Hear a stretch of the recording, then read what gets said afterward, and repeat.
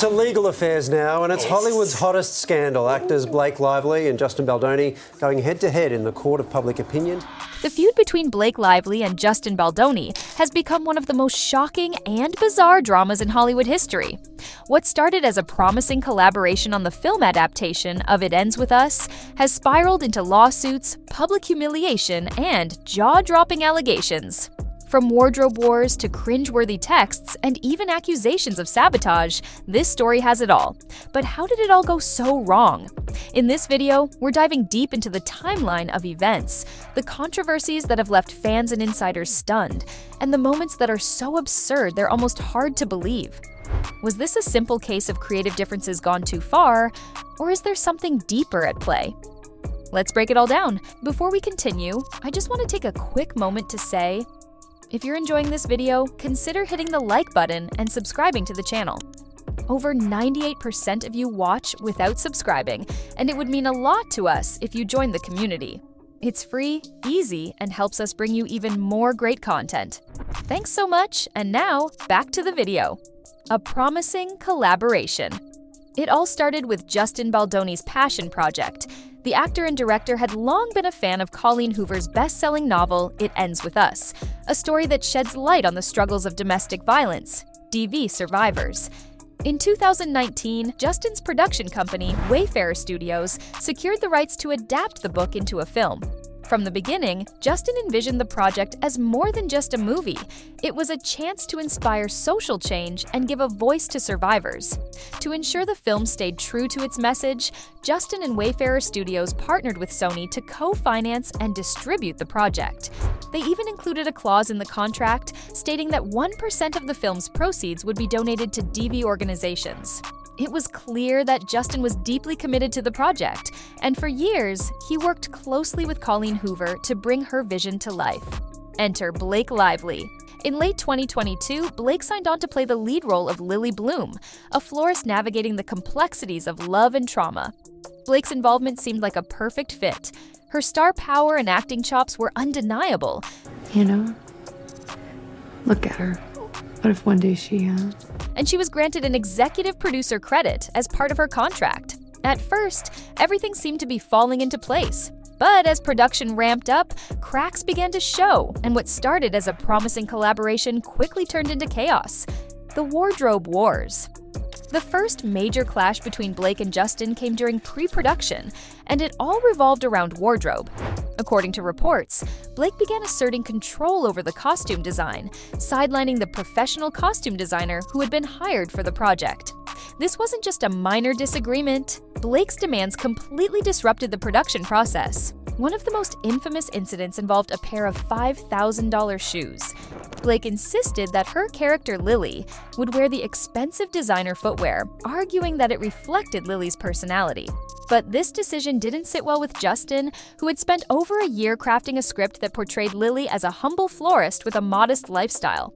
The $5,000 shoes didn't just clash with the character's backstory, they also forced Justin to rethink entire scenes that had already been approved by the studio. Things escalated further when Blake refused to attend wardrobe fittings at the production office, which was just 15 minutes from her Tribeca residence. Instead, she demanded that all wardrobe items be delivered to her home, a request that wasn't part of the original budget. To avoid further delays, Justin and the studio reluctantly agreed, but this decision would come back to haunt them. The script rewrite chaos. As if the wardrobe drama wasn't enough, Blake's involvement in the script became another major point of contention. While her contract granted her an executive producer credit, it didn't give her the authority to rewrite the script. But that didn't stop her. Blake reportedly made daily adjustments to the script, often without consulting the screenwriter or the rest of the production team. These changes weren't minor tweaks, they were significant rewrites that disrupted the shooting schedule and strained the film's budget. One of the most shocking revelations came during the film's premiere when Blake revealed that her husband, Reynolds, had rewritten the rooftop scene. The screenwriter, who had no idea about the changes, was blindsided.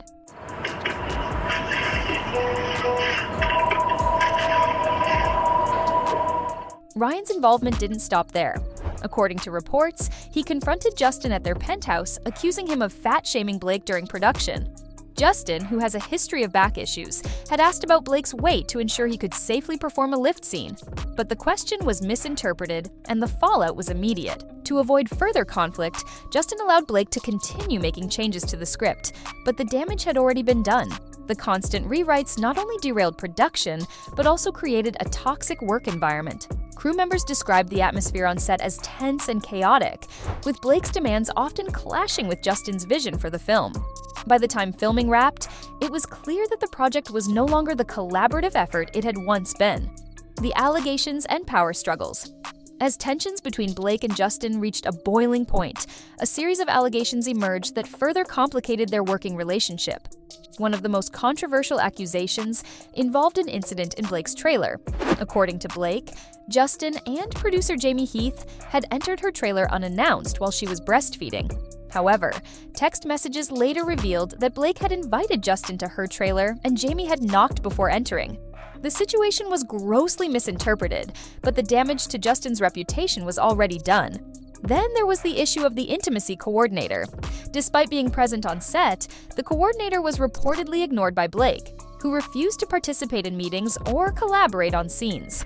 Justin had hoped to involve the coordinator to bring a female perspective to the story, but Blake insisted on working directly with him instead. Perhaps the most bizarre aspect of their feud was Blake's cringe-worthy texts to Justin.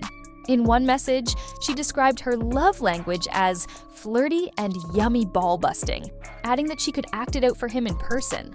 In another, she compared herself to a Game of Thrones character, calling Ryan Reynolds and Taylor Swift her dragons.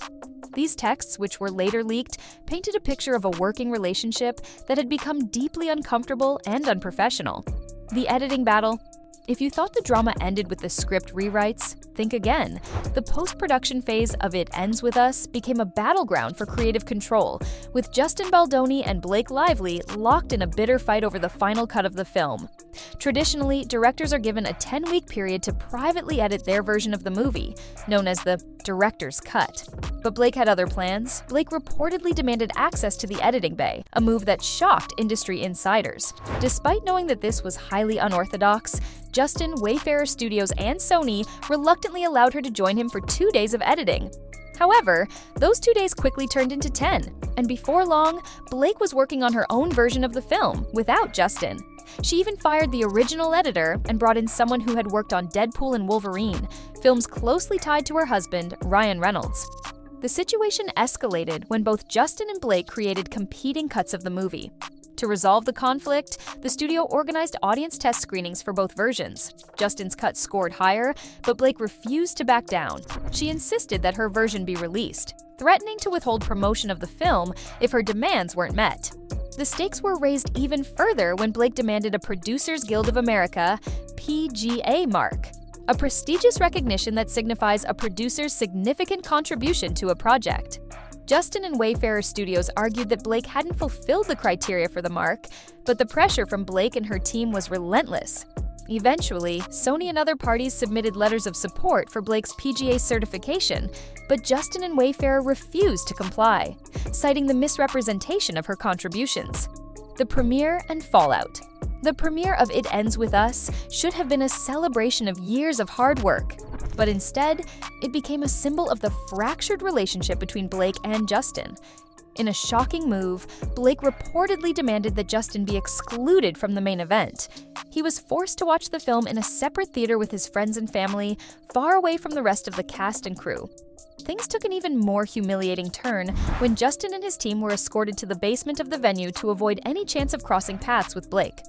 After the screening, they were quickly ushered out of the building before Blake arrived at the after-party. To make matters worse, Justin wasn't even allowed to attend the after-party, despite Wayfarer Studios footing the bill for the event. Instead, he had to organize an emergency after-party for himself and his team. Blake's control over the premiere didn't stop there.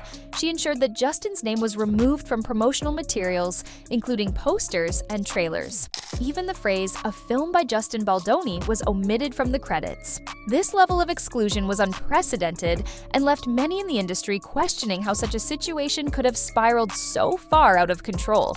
Adding insult to injury, Blake wore Britney Spears' iconic 2002 dress to the premiere, a move that many interpreted as a calculated jab at Justin. The dress, which held sentimental value for Justin as a former Britney fan, seemed like a deliberate reminder of their ongoing power struggle. For Justin, the premiere wasn't just a professional setback, it was a deeply personal humiliation. This is Britney's Versace dress, 2002, the butterfly dress, and this dress meant so much. The lawsuit and industry impact. As the drama unfolded, it became clear that the feud between Blake and Justin wasn't going to end quietly. In 2024, Justin and Wayfarer Studios filed a lawsuit against Blake and her team, accusing them of defamation, breach of contract, and interference with the production process. The lawsuit also targeted Blake's legal team for allegedly misrepresenting conversations and events to paint Justin in a negative light. One of the most shocking claims in the lawsuit involved Blake's alleged smear campaign. According to Justin, Blake had used her influence in Hollywood to damage his reputation, even going so far as to pressure his talent agency, William Morris Endeavor, to drop him. The lawsuit also revealed that Blake had threatened to withhold promotion of the film unless her demands were met, forcing the studio to make concessions at every turn. The legal battle has sent shockwaves through the industry, with many insiders questioning the power dynamics at play. How could one actress wield so much control over a production? And what does this mean for future collaborations in Hollywood? What do you think about the drama? Was Blake justified in her actions, or did she take things too far? And how do you think this will impact Justin's career moving forward? Let us know your thoughts in the comments below. Don't forget to like this video, subscribe to our channel, and hit the notification bell for more deep dives into Hollywood's biggest scandals. Thanks for watching, and we'll see you in the next one.